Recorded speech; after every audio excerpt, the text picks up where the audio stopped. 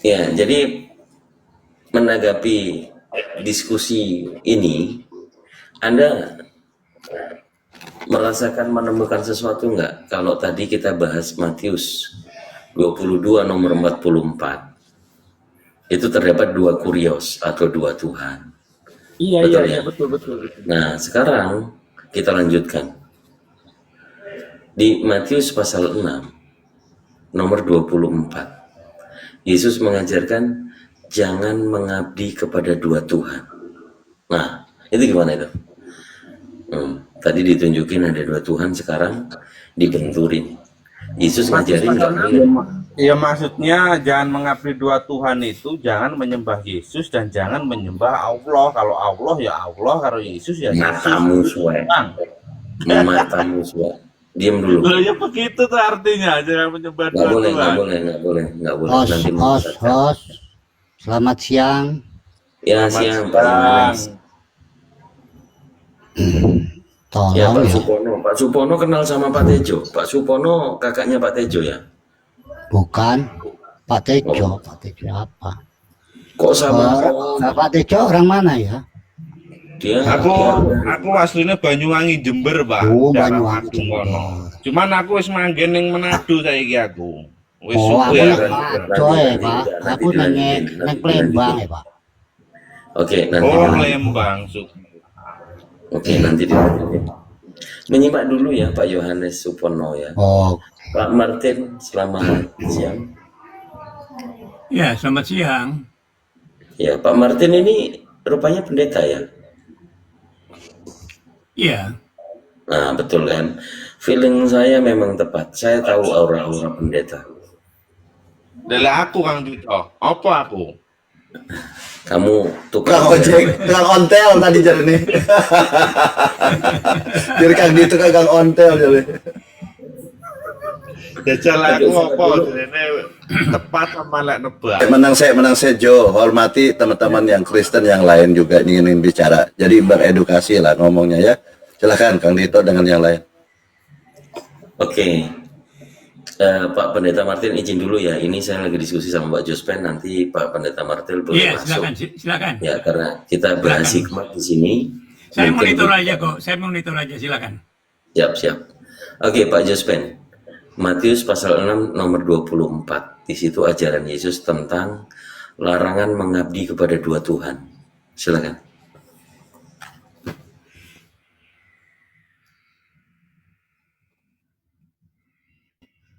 Biasa ada penetua, ada pendeta ini. Penetuanya Bang Jospen, pendetanya Bang Martin, tukang ontelnya Sutejo. Pas ya dicocok. Lanjut. Aku ki jemaat ae aku ki. Aku ki jemaat sing tukang ngarit wedhus. Jadi ini nggak usah Ya, pakai. diam dulu ya. Oke. Nanti dilanjut. Silakan Pak Jospen. Sebentar. Tapi kalau belum mampu jangan dipaksakan. Ini ada Pak Pendeta. Saya lagi cari referensi, makanya saya rada lama. Oke, mungkin Pak Boa atau Pak Martin mau Iya, yang masuk lain. Potongnya. terkait pengajaran Yesus jangan mengabdi kepada dua Tuhan. Iya. Silakan. Jadi mengabdi kepada Tuhan tuh kita mengenal tuh, kita menyembah Tuhan, dan tantangan utama kita adalah iblis dan uang. Jadi kebanyakan orang itu jatuh di uang. Jadi dia menyembah Tuhan, tapi dia juga mengandalkan hidupnya dari uang saja gitu. Sedangkan hidup ini kita harus dari Tuhan gitu loh. Nah ini yang jadi masalah sekarang di Indonesia ini, itu persoalan besar tuh, itu paling besar itu. Bahwa orang begitu menyembah uang begitu luar biasa sehingga mereka hilang rasa kemanusiaan. Nah kita disuruh mengenal Tuhan, kita menempatkan uang pada tempatnya. Uang itu perlu, bukan tidak perlu, itu uang itu perlu sekali. Tetapi kita harus tempatkan pada tempatnya, jangan sampai kita menjadi, tadi ada sebutan makan babi segala ya, itu keserakahan, gambaran keserakahan. Jadi jangan jadi babi gitu loh, sampai gendut-gendut itu kan. Jadi itulah yang disebut menyembah Sutejo kene. Bang Martin pelan-pelan Bang Martin, Sutejo kene. Saya kan cuma pelihara, saya itu cuma pelihara untuk menopang ekonomi begitu. Jadi jangan disalahkan karena itu juga babi penciptaan Tuhan. Jadi saya pelihara. Iya, betul. Makanya kita tempatkan pada tempatnya gitu. Tuhan tuh di atas segala-galanya. Di atas segala uang, kekayaan, segala macam. Itu kalau itu kita bisa menempatkan itu, maka kita menjadi orang yang punya hikmat, punya kebijakan. Nah, kebanyakan orang tidak bijaksana itu karena uang. Karena dia menyembah mamon itu. Sehingga walaupun dia mengatakan Tuhan, tapi dia justru jahat sama sesamanya karena dia menyembah mamon. Orang jahat itu kebanyakan itu karena dia dipengaruhi oleh kekayaan dunia ini. Nah, itu yang masalah yang kita hadapi sekarang tuh itu. Jadi supaya kita berusaha untuk kita betul-betul mengandalkan kemurahan dari Tuhan saja gitu. Kita bekerja dengan sungguh-sungguh, berapapun yang kita dapat, kita minta diberkati Tuhan supaya bisa dimanfaatkan untuk kehidupan kita. Karena banyaknya uang, banyak sekali karena uang yang tidak halal itu akan menjadi masalah buat kita. Itu tidak akan membuat kita bahagia, itu tidak ada. Cuma ini jarang orang bisa percaya itu. Makanya kita perlu iman untuk meyakini bahwa Tuhan adalah segala-galanya. Uang, kekayaan itu adalah alat untuk memenuhi kita gitu. Mungkin ini yang harus kita punya hikmat yang dari Tuhan. Hikmat itu ada dua ya, hikmat manusia dan hikmat Tuhan. Yang ditantang oleh Paulus itu ada hikmat manusia, kepintaran manusia itu yang dikatakan betapa liciknya hati, lebih licik dari segala sesuatu. Itu kelicikan manusia itu. Tapi kita pakai hikmat dari Tuhan itu benar-benar baik dia. Nah itu mungkin tambahan dari saya. Terima kasih. Oh, saya jawab ya Kang Dito, pertanyaan Kang Dito tadi ya. Siap, betul itu Pak Pendeta. Siap. Menang Jo. Ini orang-orang penting semua Jo. Jemaat Iya, menang saya Jo. itu merespon, Ojo ganggu. merespon apa yang telah disampaikan itu betul. Jadi kita harus mengaminkan itu hikmat yang dari Menang Jo. Astagfirullah. Gak sopan Jo. Gak sopan ono pendeta sampai tua. Lalu sabar dulu Jo. Silakan Pak Jaspen. Jangan ada potong ya. Dalam Matius 22 ayat 43 sampai 45, Daud tidak sedang mengabdi kepada dua Tuhan yang berbeda, tetapi mengakui Mesias sebagai Tuhan yang diutus oleh Allah Bapa. Jadi Matius 22 ayat 43 sampai 45 itu Daud tidak sedang mengabdi kepada dua Tuhan yang berbeda, melainkan mengakui Mesias sebagai Tuhan yang diutus oleh Allah Bapa untuk menjadi anak Daud. Mereka berada dalam satu kesatuan otoritas ilahi yang sama. Siapa yang mengutus? Allah Bapa. Bukan dua Allah Bapa yang mengutus, tapi satu Allah Bapa mengutus anaknya. Nah, jadi tidak ada kontradiksi di situ. Nah, itu satu. Berikutnya sebentar, satu lagi terakhir. Kalau merasa kepanjangan. Nah, di Matius 22 ayat 4 ada kesatuan. Makanya Yesus mengatakan, aku dan Bapa adalah satu. Ketika kamu mempercayai Yesus sebagai utusan Allah Bapa, kita berarti sedang dibawa kepada kehadirat Allah Bapa. Makanya Yesus mengatakan, kalau kamu percaya kepada akulah jalan kebenaran dan hidup. Tidak ada seorang pun yang datang kepada Bapa kalau tidak melalui aku. Jadi artinya, mereka satu otoritas ilahi, bukan dua ilahi yang berbeda. Satu otoritas ilahi, Allah Bapa yang mengutus anaknya. Jadi kalau kamu menyangkal anak, kalau kamu menghormati anak, kamu menghormati Bapa. Bukan berarti ada dua ilah yang bertolak belakang. Artinya Yesus membawa kita kepada hadapan Bapa. Itu jawaban saya Kang Dito. Makanya Daud menyebut Mesias itu sebagai anaknya. Tuhannya yang di dalam Mazmur 110 dibilang Tuhan itu akan menjadi anak Daud. Dan anak Daud itu adalah utusan Yahweh. Itu jawaban saya. Makanya itu nggak bertentangan. Karena utusan itu sedang apa? Sedang membawa kita kepada hadapan Bapa di surga. Tapi sebentar Kang Dito. Baru kali ini saya dapat pertanyaan yang begitu membuat saya berpikir Kang Dito. Kalau saya bicara dengan Kang Dito, dengan Kang Baal, dengan handicap, Celebes. Saya selalu bilang tunggu dulu. Saya nggak mau jawab langsung. Tapi inilah saya bisa jawab Kang Dito. Betul yang kau bilang. Kenapa ada dua Tuhan? Tapi bukan dua Tuhan. Satu Allah Bapa mengutus anaknya. Bukan berarti mereka bertentangan. Anaknya itu diutus untuk membawa kita kepada Allah satu-satunya yang benar itu. Itu jawaban saya Kang Dito. Terima kasih. Oke, izin saya tanggapin Pak Pendeta dan juga Pak Panitua ya. Kalau Pak Jospen sudah dari tadi di awal diskusi sama saya membahasnya itu rangkaian teologis, bukan konteks maupun teks. Tapi kalau dalam kritik teks, teologis yang saya bahas tadi bermula kepada Matius 22 nomor 44. Saya paparkan dulu, semoga ini menjadi ilmu yang bermanfaat buat saudara-saudara Kristen. Kalau kajian diskusi lintas agama pasti kita harus menggunakan data. Saya buka sebelumnya di Matius 22 nomor 44. Mungkin sambil dicek ya, dicek bapak-bapak, dicek. Oke. Tuhan telah berfirman kepada Tuanku. Ini pernah diterjemahkan bahwa Tuhan telah berfirman kepada Tuhanku. Ini yang tadi saya mau bongkar. Jadi Tuhan berfirman kepada Tuhan. Nah, di TB baru diganti menjadi Tuhan. Ini kebalikan dari Yohanes 13:13. Tapi saudara-saudara Kristen rata-rata Tuhan dan Tuhan itu sama saja. Maka di sini ada dua Tuhan apa satu Tuhan? Tuhan telah berfirman kepada Tuhanku. Ini ada dua nih. Original teksnya adalah kurios, info kurios. Kurios, ya kan? Ini epo kepada Tuhan, di sini kurios lagi, ya kan?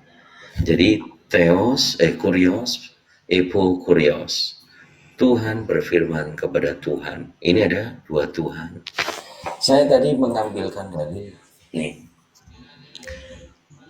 Tak seorang pun dapat mengabdi kepada dua Tuhan. Tuhan di sini, ya. Tuhan di sini adalah kurios. Oke? Tuhan di sini adalah kurios. Nah, di sini ada angka nih kepada duo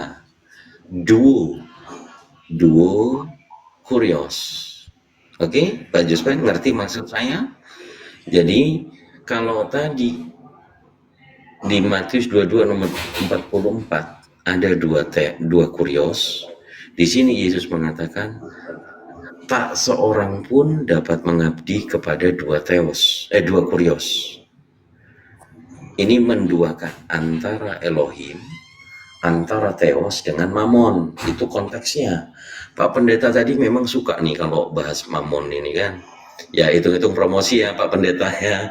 Supaya jemaat yang tidak pergi gereja, Mammonnya ini dibayar minggu depan gitu ya.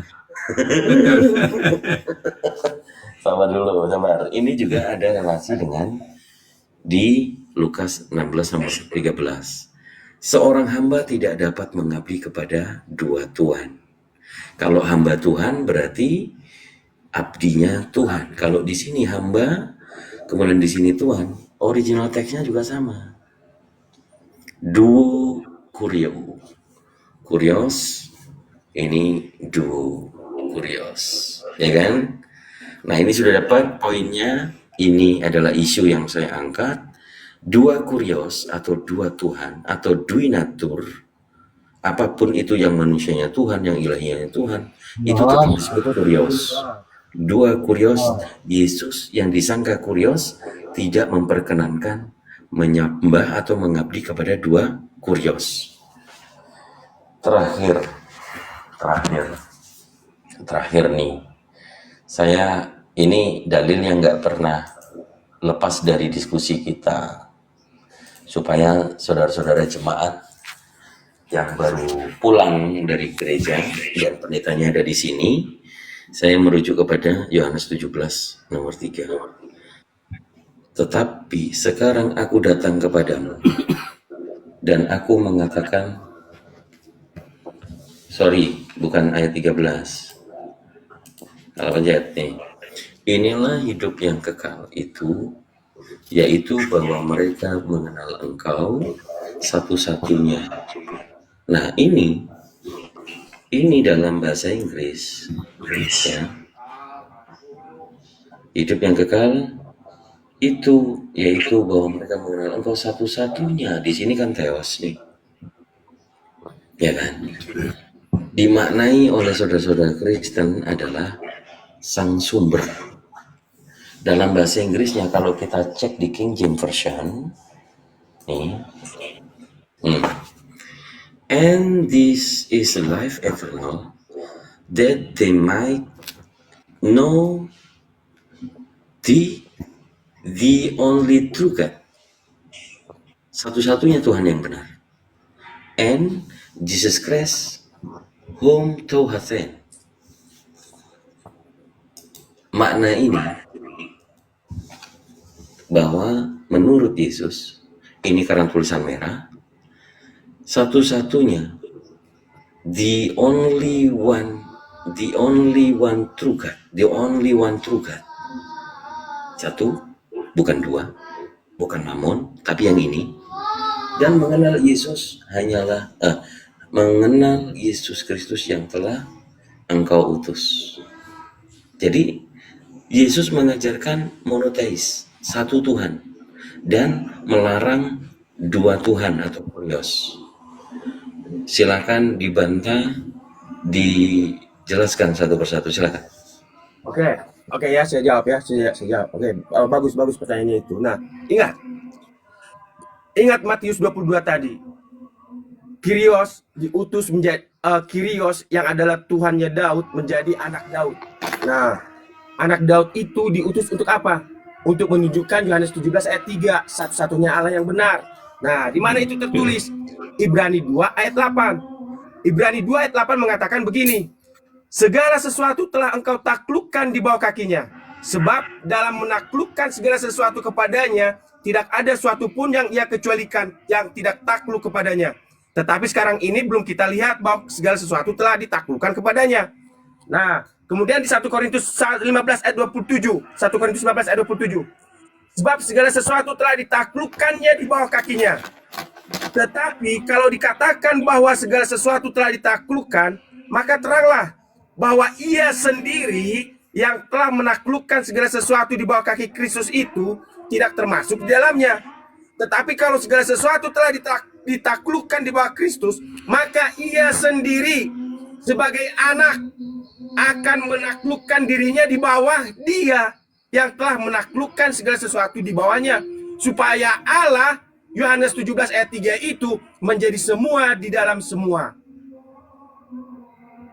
Itu jawaban saya, Kang Dito. Nggak ada lagi lebih daripada itu. Artinya,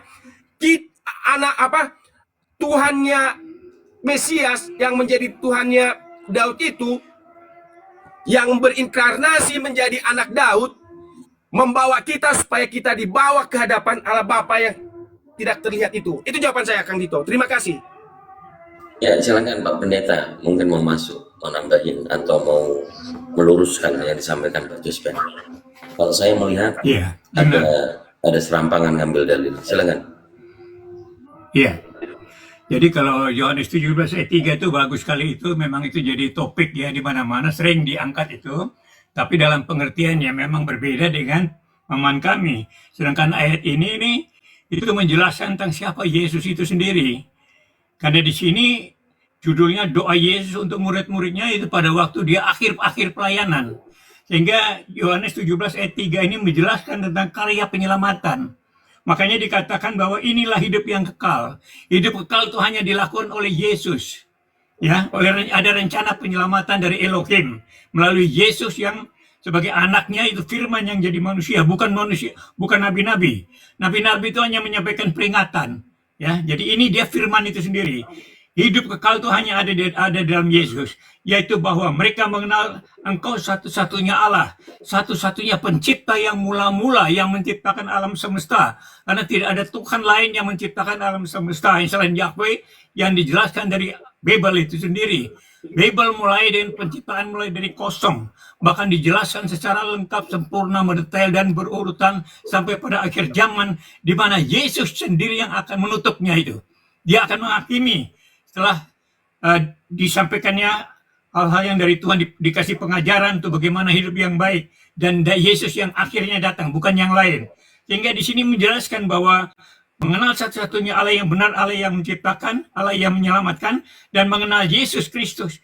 Yesus Kristus, Kristus itu adalah Mesias, bukan Yesus yang sekadar utusan, tapi dia juru selamat yang telah engkau utus. Jadi penyelamatan itu oleh firman itu sendiri, bukan oleh manusia, bukan oleh nabi-nabi. Nabi-nabi hanya peringatan aja, sedangkan penyelamatan itu oleh firman sendiri yang jadi manusia. Karena kenapa jadi manusia? Karena dia harus mengorbankan dirinya untuk memenuhi tuntutan Tuhan, hukum Tuhan bahwa upah dosa adalah maut. Sehingga dia menggantikan kita yang berdosa ini menjadi kutuk. Yang dikatakan di dalam Galatia 3 ayat 13. Dia menjadi kutuk karena kita gitu, karena kita yang terkutuk. Nah itu, sehingga di sini Yohanes 17 ayat 3 ini menjelaskan tentang Elohim dan menjelaskan tentang firman-Nya yang menggenapi. Nah itu kalau dari saya itu, silakan. Dan juga itu bukan berarti menyembah kepada dua Tuhan, Kang Tito. Jadi yang dimaksud Sang Pencipta dengan Tuhan Yesus itu adalah satu hakikat. Jadi tahu kalau Sang Pencipta itu ada, tetapi orang-orang Kristen itu menyembah Yesus Ngomong apa tuh Jojo? Jadi sama. Orang Tuhan membelah Jo, itu Jo. Jadi maksain banget. Pokoknya Sutejo ini maksain banget loh supaya dianggap Pak Pendeta ini calon pendeta juga gitu. Nggak boleh begitu. Sedikit Bang, ini nanti dilanjut ya. Di sana kan ada beberapa orang ya. Kita sedikit boleh, kan kasihan kalau kalian oleh penonton kok katanya satu Muslim, walaupun mampu Kang Dito di 10 Kristen melawan sendiri dilawan Kang Dito mampu, cuman kita kan ada biar ada variasi permainannya indah gitu kan. Jadi Yesus ini tidak datang untuk menghakimi, kata Yesus ya. Aku tidak akan menghakimi. Dia bilang, jangan kamu menyangka bahwa aku akan mendakwa kamu, menghakimi kamu di hadapan Bapa. Tidak, no, dia bilang. Ini kepada murid-muridnya. Ini kita pakai data di Yohanes 5:4 dikatakan begitu. Tidak, dia bilang. Apalagi ke Kristen, memang Kristen bukan pengikut Yesus, jadi tidak akan dihakimi dia. Ini kepada murid-murid, jangan kamu menyangka bahwa aku akan mendakwa kamu di hadapan Bapa. Jangan menyangka, jangan GR, dia bilang. Yang mendakwa kamu adalah Musa. Nah, itu kata Yesus. Ya, makanya si Yesus selalu mengutip ada tertulis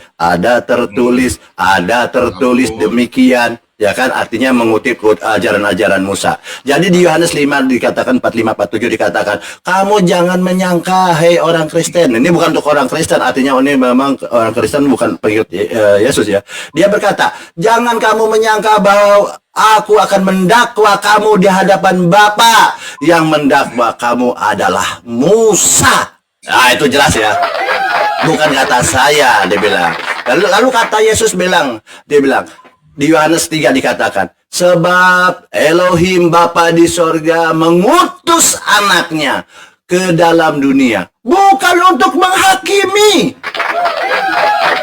Nah, tadi kan berarti ini memang Yesus bukan datang untuk menghakimi. Lalu ini kepada murid-muridnya ya. Jadi yang menghakimi ini adalah Bapa yang menyelamatkan dia gitu. Jadi di sini apa dikatakannya? Selalu siapa Kristen ini? Tadi Yesus berkata itu kepada orang-orang Israel, orang-orang Yahudi. Yesus berkata demikian karena aku diutus untuk domba-domba yang tersesat dari orang-orang Yahudi. Lalu Allah Kristen serigala ini yang bukan domba dihakimi tidak? Ya, dihakimi, semua makhluk akan dihakimi. Oleh siapa? Bukan oleh Yesus. Kalian ini dihakimi oleh Nyi Roro Kidul, ratu dari selatan. Di mana datanya? Saya bacakan ya. Di Lukas 11 dikatakan ini. Jadi kalian tetap dihakimi, tapi yang menghakimi bukan Yesus karena kalian bukan dari domba-domba tersesat. Pada waktu penghakiman, kata Yesus, pada waktu penghakiman, ratu dari selatan Nyi Roro Kidul itu akan bangkit bersama-sama dengan orang dari angkatan ini dan dia akan menghukum mereka. Siapa yang dihakimi oleh Nyi Roro Kidul ini? Kalian lah. Ini kita tidak boleh ini ya, kita hanya membacakan di sini. Pada waktu itu di Lukas 11 dibacakan ini ya. Memang penipu ya gini. Sabarlah Bang, saya bacakan firman Tuhan. Berarti Islam ini iblis berarti. Lukas 11 Bang, nomor 31 Bang. Dikatakan begini, pada waktu penghakiman, Ratu dari Selatan. Siapa Ratu dari Selatan? Saya cari Ratu Selatan. Nyi Rero Kidul. Jadi kalian jangan khawatir, kalian pun akan dihakimi, tapi bukan oleh Yesus. Karena yang menghakimi kalian, serigala ini, yang menghakimi adalah Nyi Roro Kidul. Pada waktu itu penghakiman Ratu dari Selatan itu akan bangkit bersama-sama orang dari angkatan ini, dan dia akan menghukum mereka. Nah, jelas ya. Ini kata Yesus. Kata Yesus, jadi maaf teman-teman, kita harus objektif. Maknane belas. Ini tadi pendeta tadi berbicara penghakiman, kan saya menyampaikan aja. Jadi ini saya tidak mengutip kata Paulus, kata saya selalu disiplin dengan kata-kata Yesus, karena saya ini pecinta Yesus ya, artinya tidak menghujat Yesus apa. Jadi saya mengajarkan pengajaran Yesus yang benar gitu ya. Kalian tetap akan dihakimi, tapi bukan oleh Yesus, tapi oleh Nyi Roro Kidul. Maaf ya, Jaten, jangan marah Ten ya. Lanjut. Iya, saya tahu di surah Maryam 71 kan.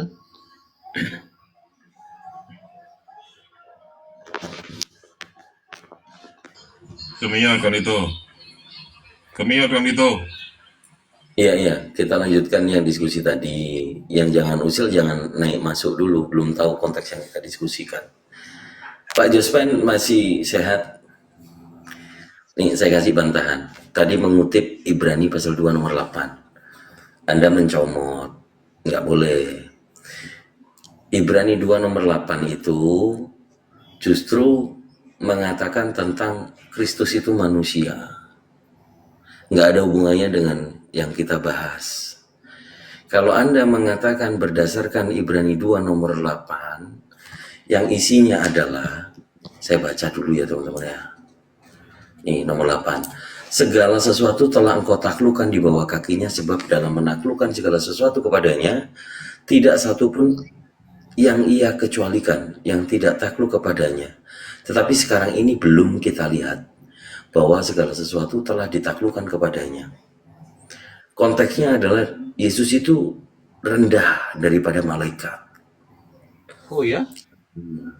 Nah, terkait makna hal itu nomor 8 ini adalah tentang Yesus ditebus.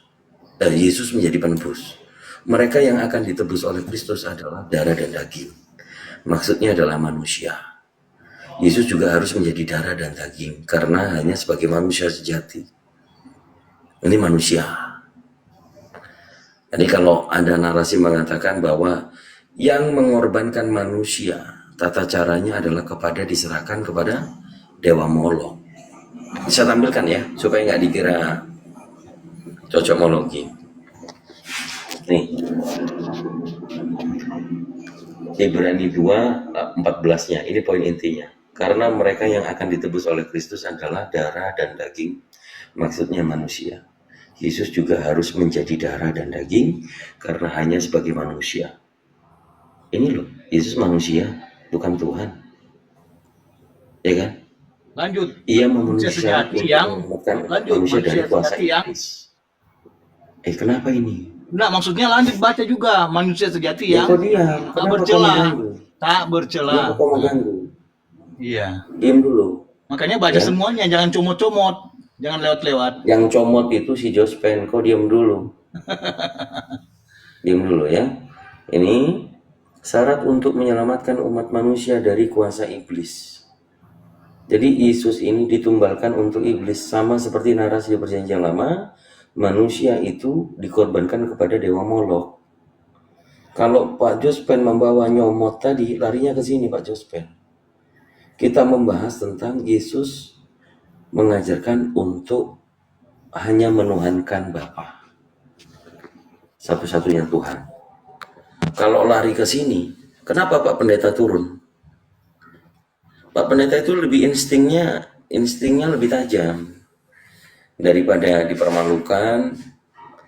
Larinya konteks terus Sutejo bilang tadi itu dua Tuhan hakikatnya satu, itu ngawur. Jadi kalau kalian mau mempelajari Bible, pelajarilah baik-baik ya. Jadi di sini ada tafsiran. Ada yang mengatakan di Ibrani ini semuanya tidak mengatakan Yesus Tuhan. Yesus ciptaan, Yesus manusia yang saleh, Yesus manusia yang dikorbankan, itu Ibrani. Tahu nggak Ibrani itu adalah Deuterokanonika. Ibrani itu sebelum pengkanonan, setelah pengkanonan, Ibrani itu nggak ada. Jadi kitab Ibrani ini belakangan. Termasuk apokrifa yang dimiliki oleh orang Katolik. Jadi kalau kita mau memahami kekristenan, oh kitabnya kok aneh-aneh kan gitu. Iya. Ibrani ada nggak yang mengatakan Yesus itu Tuhan? Coba aku tanya sama Joshua. Di Ibrani ada nggak Yesus disebut Tuhan? Tidak ada. Udah, saya jawab. Tidak ada. Saya jawab ya. Tidak ada. Enggak, saya jawab. Oke, saya terangkan. Saya terangkan. Apa yang diterangkan? Pertanyaan saya, ada nggak di kitab Ibrani Yesus disebut Tuhan? Iya. Ada. Oke, di mana? Coba tunjukkan. Ya. Perhatikan dulu. Ibrani 2 ayat 3 ya. Ibrani 2 ayat 3. Sebab bukan kepada malaikat-malaikat telah ia taklukkan dunia yang akan datang yang kita bicarakan ini. Itu latar belakang ayat tadi yang saya bacakan tadi. Nah, Ibrani 2 ini sebentar. Ibrani 2 mempunyai latar belakang di Ibrani 1. Punya latar belakang di Ibrani 1 ya. Nah, latar belakangnya begini. Saya bacakan. Mulai dari ayat 2 kita baca ya, Ibrani 1 ayat 2. Maka pada zaman akhir ini ia telah berbicara kepada kita dan perantaran anaknya. Ingat tadi Matius 22 tadi ingat. Matius 22 tadi. Maka pada zaman akhir ini ia itu adalah Yahweh telah berbicara kepada kita dan perantaran anaknya. Itulah yang Mesias yang menjadi anak Daud. Yang telah ia tetapkan sebagai yang berhak menerima segala yang ada. Oleh Mesias itu, Allah, yaitu Yahweh, telah menjadikan alam semesta.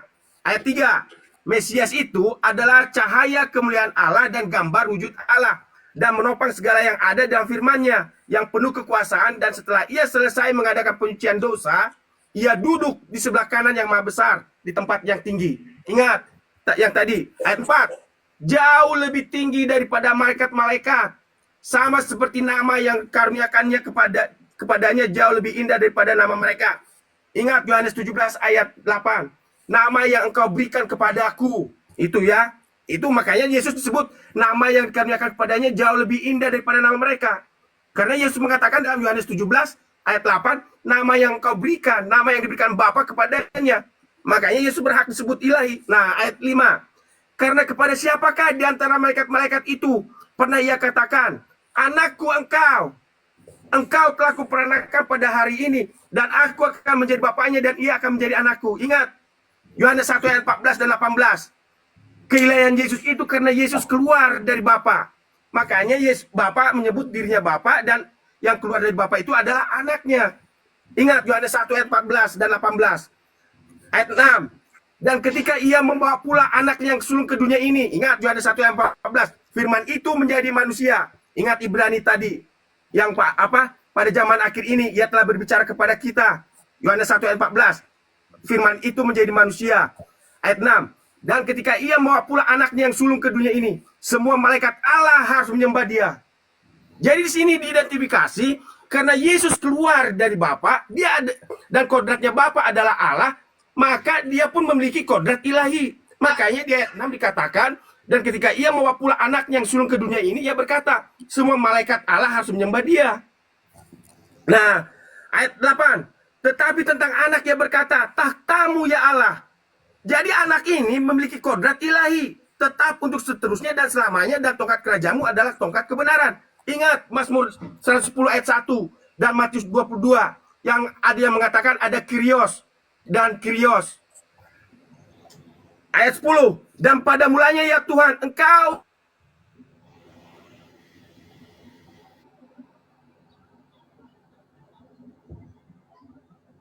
Hilang suaramu, Pen.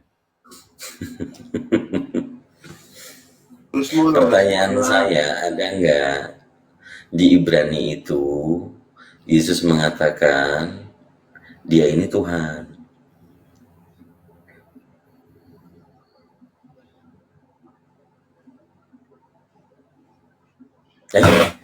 Sinyal mungkin, sinyal. Naik lagi Bang Jospen, sinyal mungkin. Iya, Jospen. iya. Di Ibrani itu, Yesus itu hanya dikatakan sebagai manusia. Ibrani bukan perkataan Yesus. Ibrani ada perkataan orang lain yang membicarakan tentang Yesus. Kita lihat ini Ibrani 13 nomor 20. Di sini ada damai sejahtera. Maka Allah damai sejahtera. Betul ya? Maka di sini kan theos nih. Damai sejahtera yang oleh darah perjanjian, haima, daging manusia, daging perjanjian. Diateke itu manusia. Diateke perjanjian. Darah itu bisa manusia, bisa daging. Sure. Yang oleh darah perjanjian yang kekal telah membawa kembali dari antara orang mati. Nekros. Gembala agung. Poimen megas. Segala domba, yaitu Yesus. Ini maknanya apakah Yesus ini dikatakan gembala atau dia Tuhan? Ya, boleh orang Kristen yang berbicara, Pak? Ya, sabar, saya lagi menunggu Pak Justin. Iya. Anda Kristen. Oh Anda iya, Kristen. iya, Oke. iya. Karena Ya, yang silakan. memahami Alkitab itu orang Kristen. Ya. Oh, kata siapa? Ya, Kata ya siapa? kami sebagai orang Kristen. Karena kalian tidak diberikan Roh Kudus Tuhan untuk memahami Alkitab. Di luar orang Kristen tidak diberikan hikmat Allah itu untuk memahami Tertulis di mana itu? Alkitab. Ya, sudah kamu nggak Di mana tahu, kamu nggak tertulisnya? ngerti itu, kamu nggak ngerti. Kamu hanya memakai akal sehat, tetapi Roh Kudus tidak akan diberikan kepada orang-orang di luar orang Kristen sebagai anak-anak itu? Tuhan. Ya, Di mana udah, tertulisnya? kamu nggak perlu tahu. Jadi gini, mematahkan asumsi. Ngarang berarti. Gimana Berarti sih? ngarang itu. Ya, Nggak boleh ngarang, diskusi nggak boleh ngarang.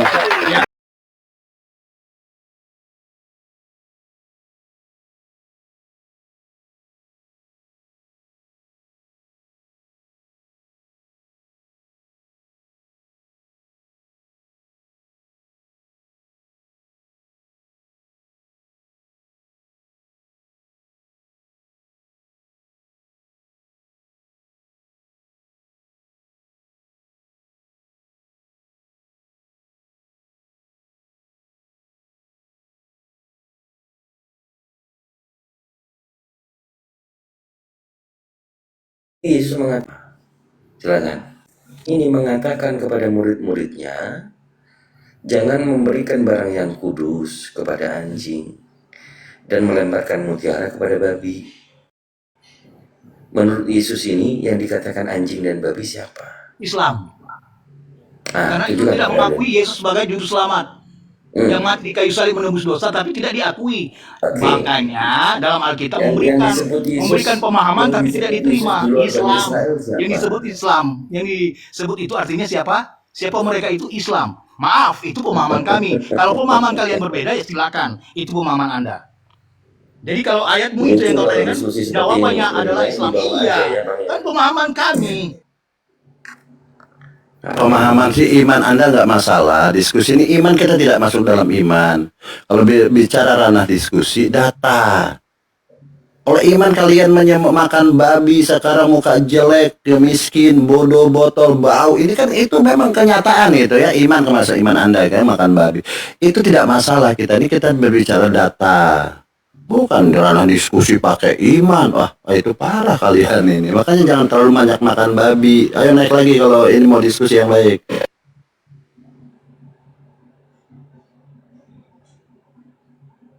Saya sarankan teman-teman Kristen jangan terlalu makan babi gitu kan.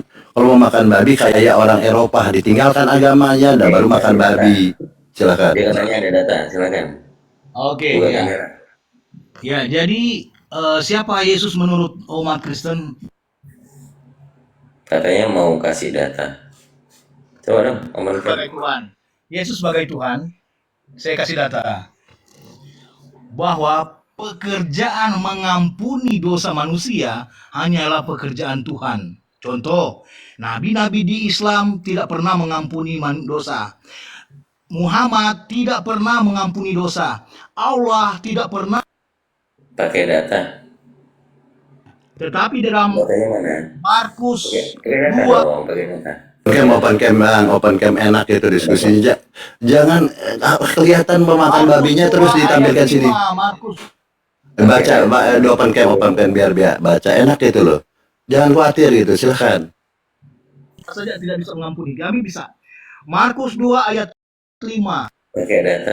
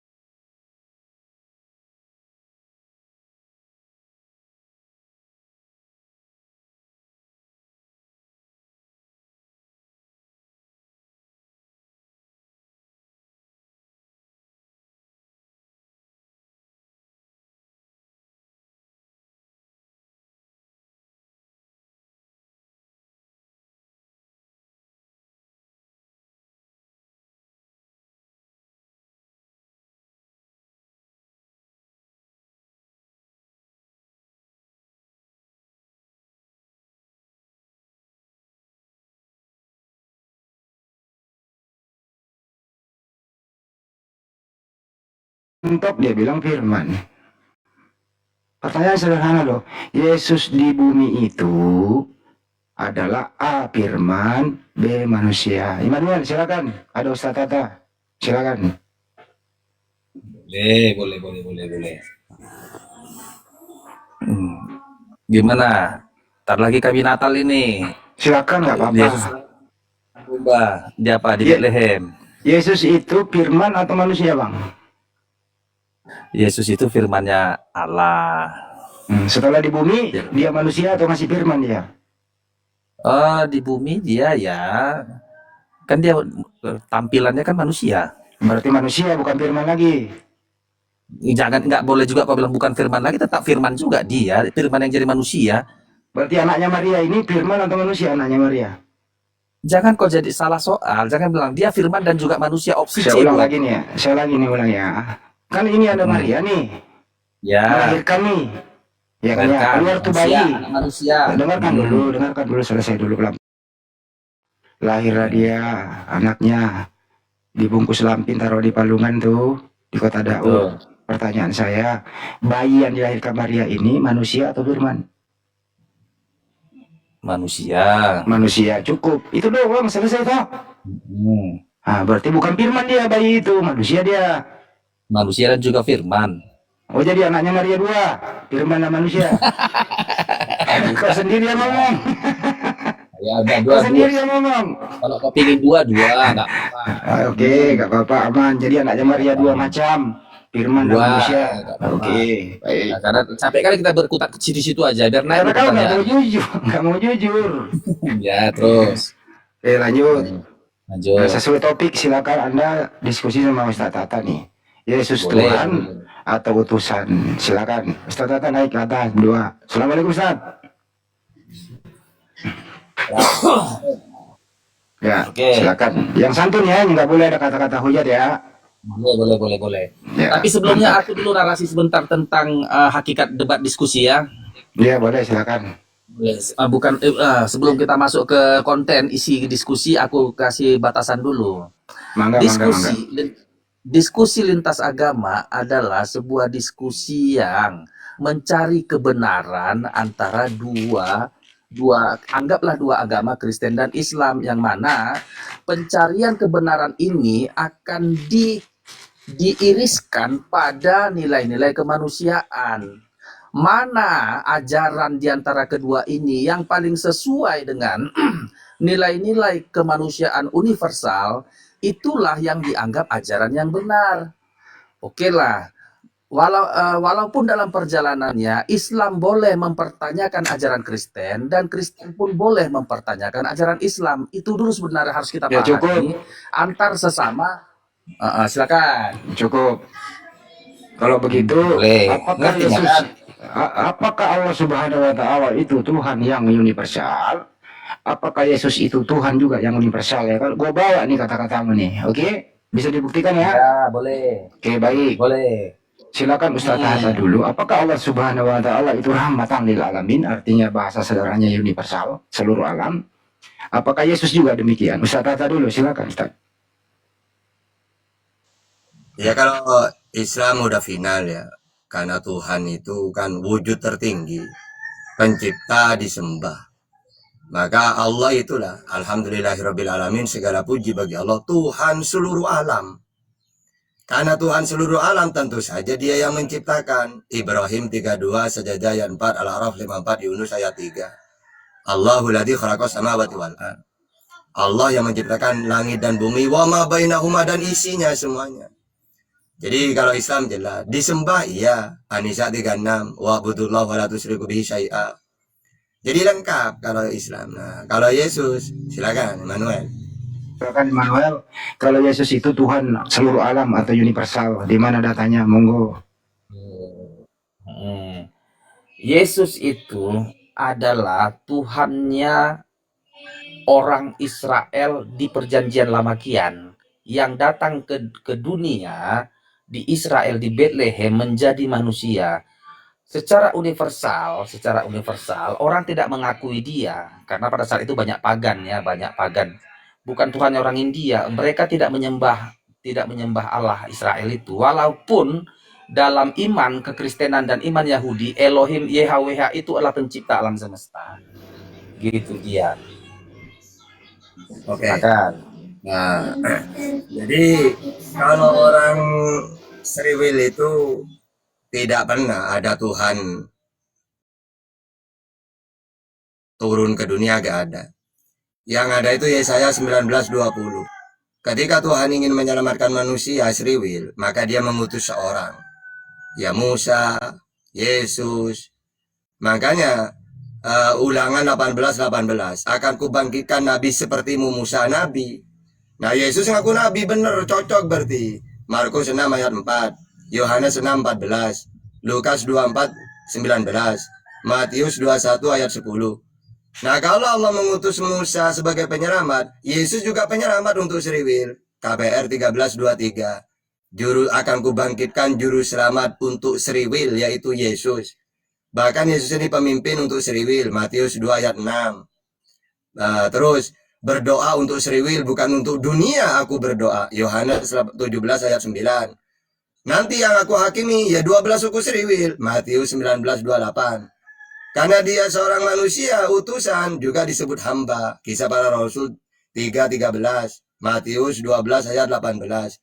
Karena tugas utusan, sedangkan utusan penyampai firman, Yohanes 3:34. Nah Yesus menerima firman, penyampai firman, Yohanes 12:50, Yohanes 17:8, 17:7, ya 8, Yohanes 5:30, Yohanes 14:24, Yohanes 12:44, Yohanes 7:16, Yohanes 8:26. Jadi udah jelas siapa dirinya, siapa Tuhannya, ya kayak gitu. Oke, silakan.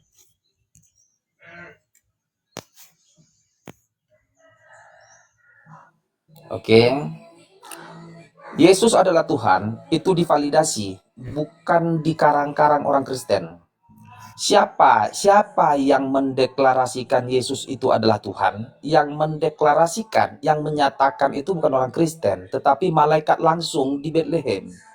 Ketika kelahirannya di kandang domba itu, malaikat itu langsung berkata, malaikat dari surga berkata kepada banyak mata, pasang mata, yaitu gembala-gembala di Efrata itu, hari ini telah lahir bagimu Kristus, Tuhan di kota Daud. Yang mendeklarasikan bukan orang Kristen, tapi malaikat itu.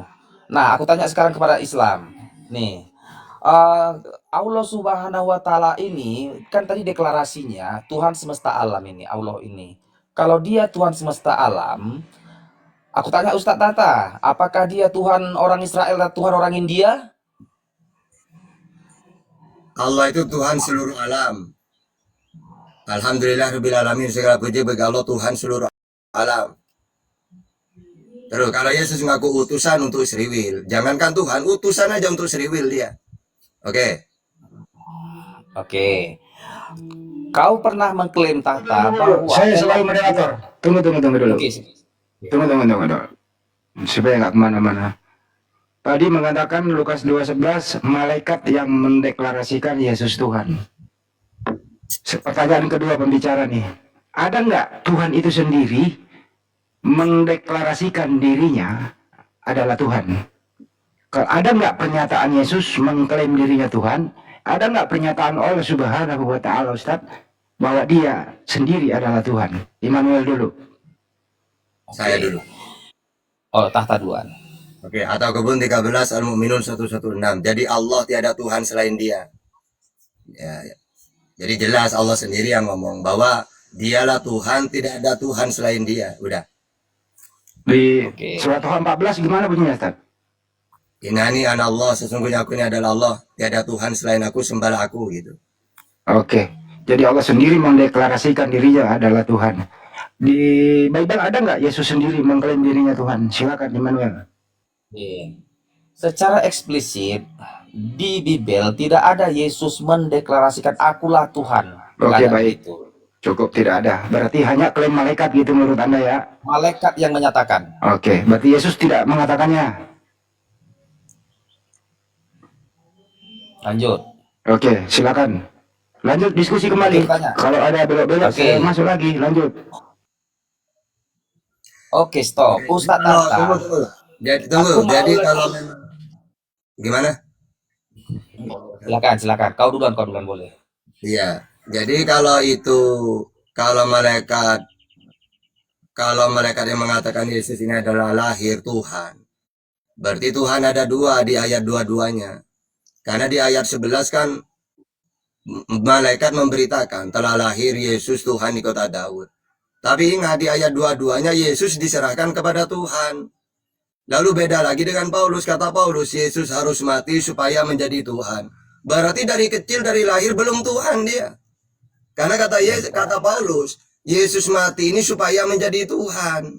Ya, berarti waktu lahir gak ada, bukan Tuhan dia gitu. Jadi banyak pertentangan itu dalam Bible kayak gitu itu.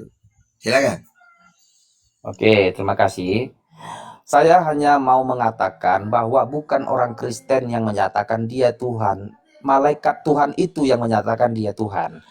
Nah, mengenai nanti dia pertentangan yang Ustadz bilang itu bukannya ada pertentangan. Pemahaman Ustadz yang tidak mampu memahami itu, memakna itu bukanlah tekstualnya begitu. Artinya pemahaman itulah, salah paham terhadap ayat itulah yang mengakibatkan Anda menganggap itu ada pertentangan. Tapi itu jawabanku. Sekarang aku tanya lagi, Ustadz Tata, mengenai YHWH dan Allah Subhanahu Wa Taala, Anda pernah mengatakan Nggak ada bahwa YHWH. Yesus dan nggak ada YHWH. Jangan bawa-bawa itu, Yesus saja. Oh, berarti enggak. Sekarang jangan dibatasi diskusinya, biarkan dia Enggak, mengalir. ini kan Yesus yang dibuktikan Tuhan, jangan bawa-bawa nama lain. Lanjut. Oke, tanya dulu ke Ustadz Tata. Oke, apakah bisa kau buktikan Tuhanmu ada? Iya. Silakan. Oke, Tuhan itu ada Esa. Kalau perjanjian lama ulangan 6 ayat 4. Tuhan itu ada Markus 12:29. Tuhan itu ada Allah yang Esa, Qul huwallahu ahad. Allah Subhanahu Wa Taala munya kok jadi Markus kau bawa? Tiga-tiganya. Jadi Musa, Yesus, Nabi Nggak Muhammad. bisa begitu. Dengarkan dulu ini kan Membuktikan pertanyaan. Yesus pakai Dengarkan dulu dia Markus. menjawab. Habis ini Salah, kan kalau nggak cocok. membuktikan Allah pakai Al-Quran, Oke. membuktikan Al-Quran Yesus ya. pakai Markus. Oke, sudah. Saya pakai Quran. Allah itu ada, ataupun 13 Al-Mu'minun 116 Qul huwallahu ahad. Yang tidak kelihatan Al-An'am 103. Yang tidak serupa dengan apapun Asy-Syura ayat 11. Pencipta langit dan bumi Ibrahim 32, Sajdah ayat 4, Al-A'raf 54, Yunus ayat 3. Ini sama seperti yang dikenalkan Musa. Allah itu Esa, ulangan 6 ayat 4, tidak kelihatan Keluaran 33, 20. Tidak serupa dengan apapun Keluaran 9, 14, Yesaya 40, 18. Sama. Nah terus, Tuhan Yesus sekarang gini. Oke, sekarang tunggu. Kalau Yesus itu adalah Tuhan, yang namanya Tuhan memberi firman. Ini, ya, Durgandini, Mio dulu. Tunggu. Nah, kalau memang Yesus ini Tuhan, yang namanya Tuhan itu memberi firman. Seperti Elohim memberi firman kepada Musa. Musa menerima firman. Nabi Muhammad diberi firman oleh Allah. Nah, jadi yang Tuhan itu memberi firman. Loh, kalau Yesus Tuhan, kenapa dia seperti Musa menerima firman juga? Sedangkan yang namanya utusan itu penyampai firman. Kok Tuhan dituhankan? Kalau Yesus ini Tuhan, bukan menerima firman. Seharusnya ajarannya dari dirinya sendiri. Nah, seperti Nabi Muhammad, Musa. Kenapa ajarannya bukan dari dirinya? Karena dia utusan. Apa yang dia sampaikan adalah wahyu yang dia terima dari Tuhan. Sama seperti Yesus. Masa Tuhan mengatakan gini, ajaranku bukan dari diriku sendiri, tapi dari Allah yang mengutus aku. Yohanes 7:16. Bahkan aku tidak bisa berbuat apa-apa. Yohanes 5:30. Padahal Tuhan itu maha kuasa. Kalau Al-Quran, ya Ali Imran 186. Kalau dalam Bible Kejadian 43 ayat 14. Allah yang maha kuasa. Nah, kalau Yesus, aku tidak bisa berbuat apa-apa. Kan lucu.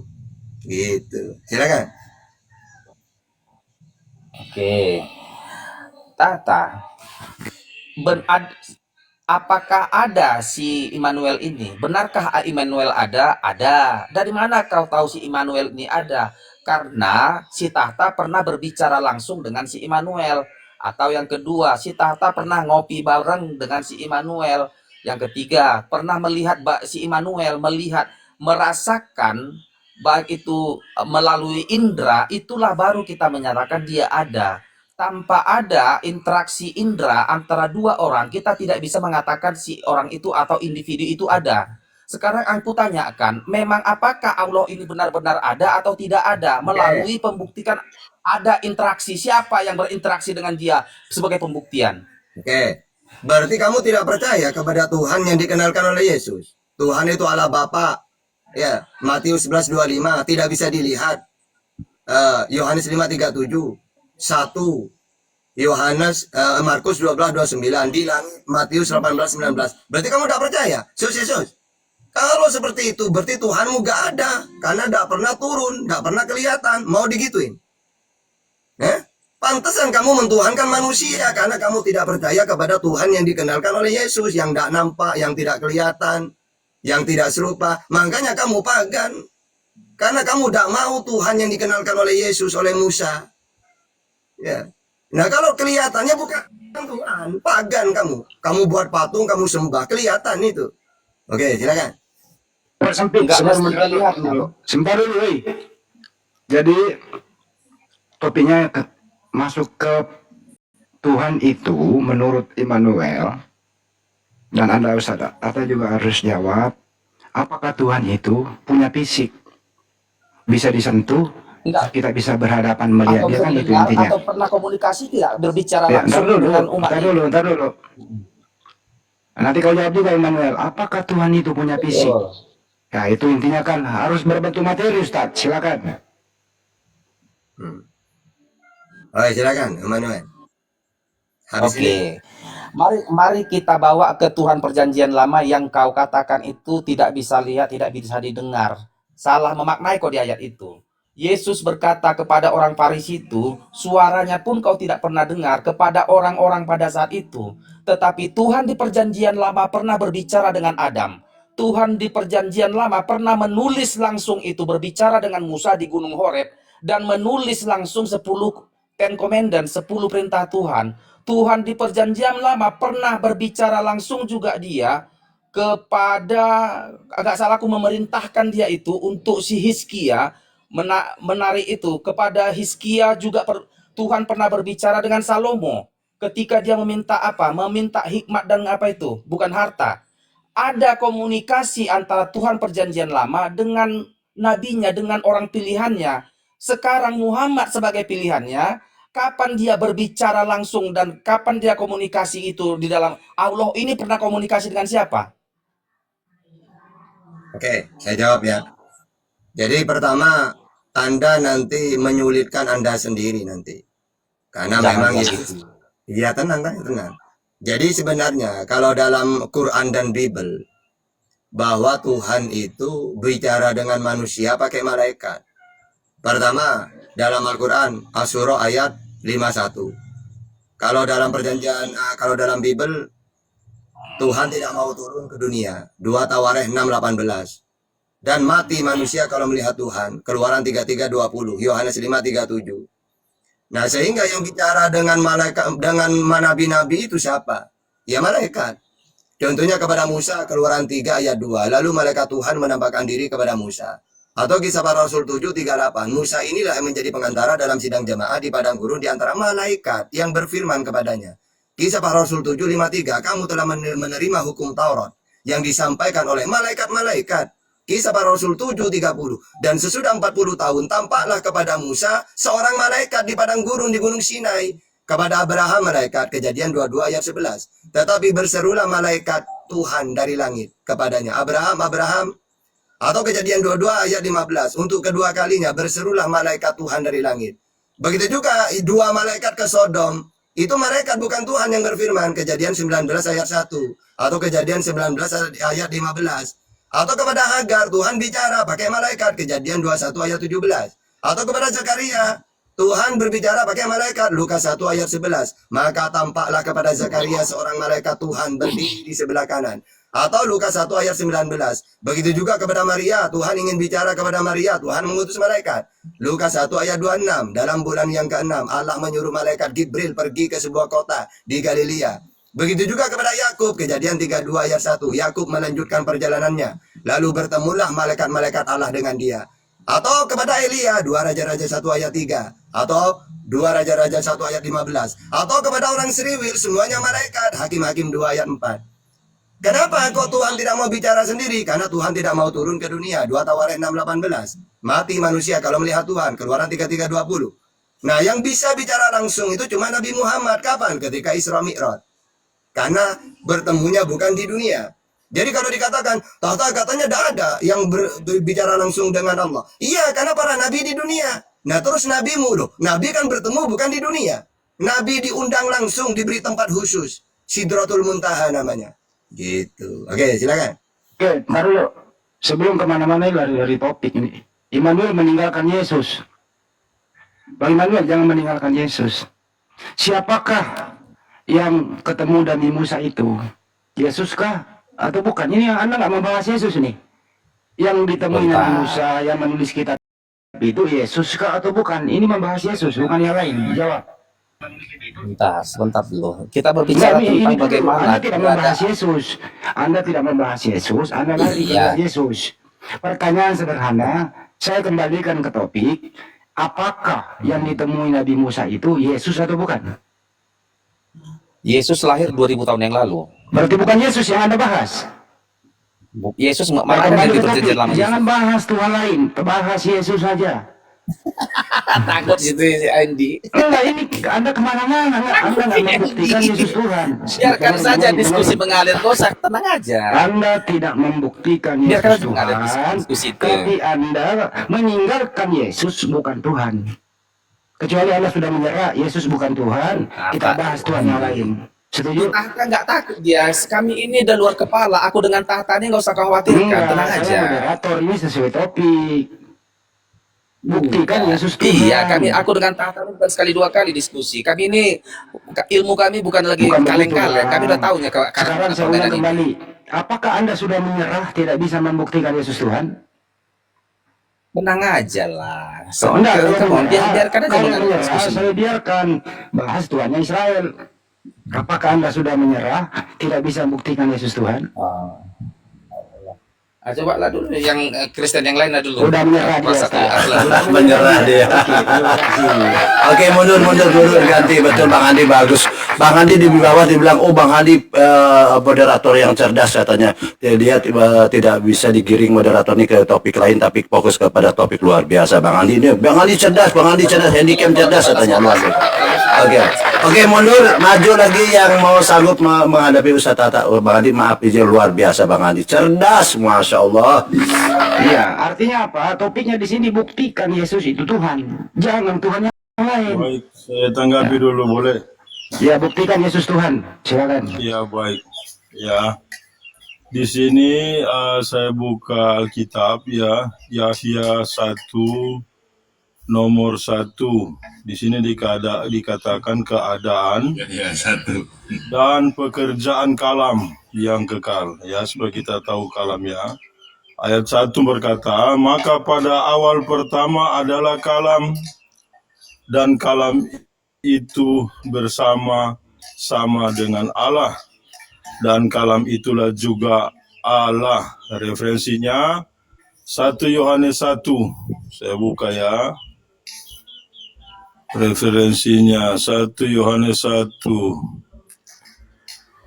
Supaya kita tahu siapa ini kalam ya. 1 Yohanes 1 nomor 1 berkata, maka barang yang sudah ada daripada mulanya, barang yang telah kami dengar, barang yang telah kami tampak dengan mata kami, barang yang telah kami pandang, dan yang dijamah oleh tangan kami, yaitu dari hal kalam hayat.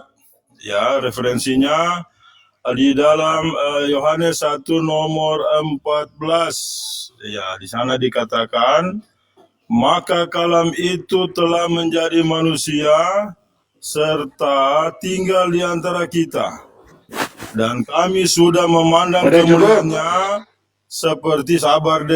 seperti kemuliaan anak yang tunggal yang daripada Bapa, penuh dengan anugerah dan kebenaran. Ya, itu jelas ya. Jadi baik. Ustaz Tata silakan. Dia berusaha membuktikan Yesus Tuhan. Setelah dia pakai data, dia membuktikan Yesus manusia. Yang di 1:14 dia pakai, Ustaz. Monggo, Ustaz. Ya, pertama satu rutinnya kalam. Jadi kalam itu adalah ucapan Tuhan. Sebagaimana An-Nisa 164. Wa kallamallahu Musa taklima. Allah berfirman kepada Musa, berkata-kata. Kalau dalam Bible firman itu perkataan, Keluaran 34:28. Yeremia 15:16. Yeremia 30 ayat 4. Yehezkiel 3 ayat 4. Ya, sama seperti Yesus kan mendengar firman. Ya, Musa mendengar kalam juga. Yesus mendengar kalam juga. Mana datanya? Yohanes 15:15, Yohanes 8:40, Yohanes 8:26, Yohanes 5:30. Nah, karena firman itu perkataan, juga Allah menciptakan segala sesuatu dengan berfirman. Yakobus 1:18, Petrus 3 ayat 5, Ibrani 11 ayat 3. Contohnya, Kejadian 1 ayat 6, berfirmanlah Tuhan, jadilah terang, jadilah cakrawala. Ya, itu berarti firman itu tidak pernah menjelma, tapi Allah menciptakan dengan berfirman. Jadi yang benar Yesus ini menerima firman, bukan dia yang firman. Buktinya kata Yesus, aku menyampaikan segala sesuatu yang kudengar dari Bapa. Yohanes 15:15. Apa yang aku sampaikan sebagaimana yang difirmankan oleh Allah kepadaku. Yohanes 12:50. Nah, terus firman yang aku terima, aku sampaikan kepada mereka. Yohanes 17:8. Mana firman itu? Ya Injil itu kalau dalam Islam. Kalau kepada Musa ya Taurat. Kalau kepada Nabi Muhammad Al-Quran. Makanya Al-Quran kalamullah. Ucapan Allah, firmannya Allah. Ya, jadi kalau menurut Kristen Yesus ini penyampai firman. Yohanes 3:34. Barang siapa yang diutus oleh Allah, maka tugasnya penyampai firman. Bukan Yesusnya yang firman. Salah Anda itu. Ya, Anda tidak ngerti definisi firman itu apa. Nah, kalau firman jadi manusia, ya sudah manusia sudah. Berarti kamu mentuhankan manusia. Sama dengan berfirman Tuhan, jadilah cakrawala. Oh, berarti cakrawala Tuhan. Kan firman. Mau gitu? Ya gak bisa ya. Ya harus teliti. Oke, silakan. Ya baik, ya menurut Quran kalam itu perkataannya, tetapi menurut Alkitab ya Kok lagi jelas ke firman sih? Taruh lu, ini bukan lagi bukan firman, ini firman membuktikannya. deh, kalam. Nggak bisa. Aduh. Ini topiknya buktikan Yesus Tuhan. Bukan membahas Iya, firman. ini Yesus kalam ini, bicarakan kalam. Saya ulang kembali ya sebagai moderator. Di mana datanya di Bible Yesus itu adalah Tuhan? Itu silakan. Ini berbicarakan tadi saya bilang keadaan dan pekerjaan kalam yang kekal. Bicara kalam di sini dikatakan, nah, kalam itulah juga Allah. Dan kalam ini, dengar dulu deh, sabar ya. Maka kalam itu telah menjadi manusia Yesus. Maka hebat ini. Ya, Bro, ini Aduh. Anda ini membuktikan Yesus manusia atau Anda membuktikan Yesus Tuhan? ini berbicara kalam dulu kan Saya nggak pertama nanya saya kalam, sampaikan. topiknya baca. Yesus tuh utusan atau Tuhan? Ya, Yesus bagi kami Tuhan. Ya udah, datanya di mana Yesus Tuhan? Maka itulah saya bawa dalam Yohanes 1 ayat 1, maka pada awal pertama adalah kalam. Ya, kamu tidak tahu kalam. Kamu tahu atau tidak? Kata-kata Tuhan. Salah. Apa itu kalam? Modifikasi ayat kamu. Apa Ini itu kalam? berbicara, kalam itu juga Allah. Astagfirullah. Aduh, modifikasi ayat. Pantas kamu bingung.